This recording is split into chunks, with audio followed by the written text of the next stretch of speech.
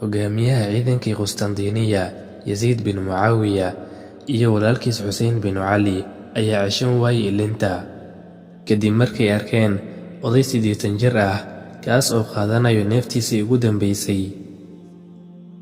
isla markaas ayuu mid walba xasuustay qisada geesigan kaas oo gaaray sharaf meesha ugu sareysay, taasoo ah inuu marti qaaday khalqiga Ilaahay kii ugu sharaf badnaa, Muxamed bin Cabdillaah.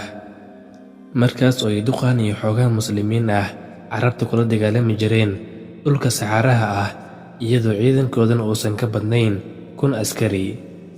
haddase duqaan dhaafay 80-ka naftiisa ayuu ka cabsi gelinayaa caasimadda ugu weyn ee Yurub. qofka aan ka hadlayno waa Abu Ayyub al-Ansaari radiyallahu canhu. qisadani waxay mudan tahay in lagu aqriyo maqaayadaha iyo goobaha isugu yimaadaan waayeelada, kuwaas oo waqtigooda ku dhammeeyo maqaayadaha iyo maalayacniga iyagoo iska suganaya waqtigooda dhimashada. kama warramayno wiil yar oo 20 jir ah ama 30 jir ama xitaa oday 60 jir ah, ee waxaan ka hadlaynaa 80 jir odaynimada dhaafay, saasay tahayna weli u soo taagan inuu Alle dartii u jihaado. bal aan dib ugu laabanno taariikhda geesigan.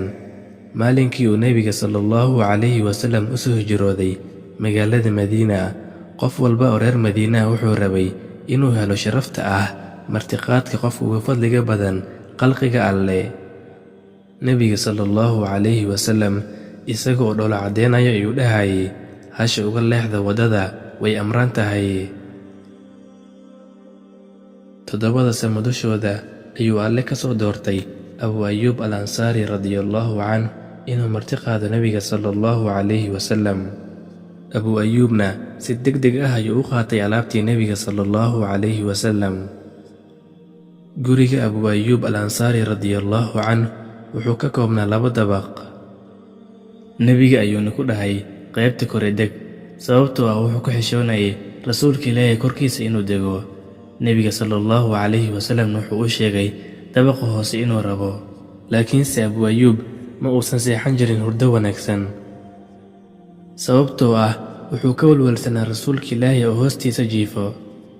Abu Ayyub oo ka sheekeynayo arrinkaas ayaa dhahay, habeen habeenada ka mid ah ayaa waxaa naga jabay weel ay ku jireen biyo, iyadoo Nebiga sallallahu calayhi wasallamna uu jiifo hoosteena. waxaan ka cabsanay inay ku dhibcaan biyaha. Ayyub iyo anigana waxaan qaadanay go'aan kaligiis ka haysanay maro. waxaan bilownay inaan habeenkii oo dhan ku qallajinno biyaha si aysan dhibic biyo ah u gaarin rasuulka Ilaahay oo uusan uga kicin hurdada.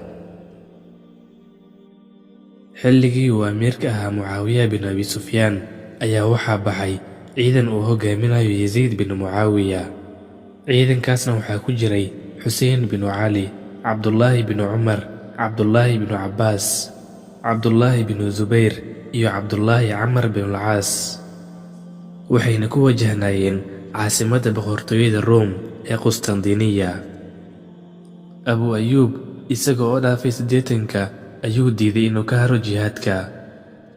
libaxyadii islaamka markii ay soo gaareen hareeraha caasimaddii Room, labadii ciidanna is hortaagan yihiin, ayaa waxay arkeen nin wejigu u duuban yahay, faraskiisa cadna kula duulayo dhankii dhufeeska gaalada. gaaladii Roomna waxay ku wareereen, waxay indhahoodu u arkaan oo dhibaato ah. ciidankii muslimiinta ayaa indhaha la raacay ninkan aan ka baqayn dhimashada, sida tooska ahna u waajahayo geerida. cid kale ma ahan waa Abu Ayyub al-Ansaari oo dhaafay 80-ka, waxaana la moodaa sida wiil dhalinyaro ah oo hadda soo korayo. Abu Ayyub wuxuu qaatay seeftiisa si uu uga shaqeeyo gaalada Room ee meesha la keenay, ilaa uu dareemay inay soo dhowaatay dhimashadiisa. markaas ayuu hogaamiyaha ciidanka ka codsaday inuu salaan ka gaarsiiyo muslimiinta oo ayna ku aasaan meel u dhow Qustandiniya. waan kaa qaadnay salaanta saaxiibkii rasuulkow, Alle raali ha kaa noqdo hana ka abaal mariyo sidaad u marti qaaday rasuulkiisa Muxamed sallallahu calayhi wasallam.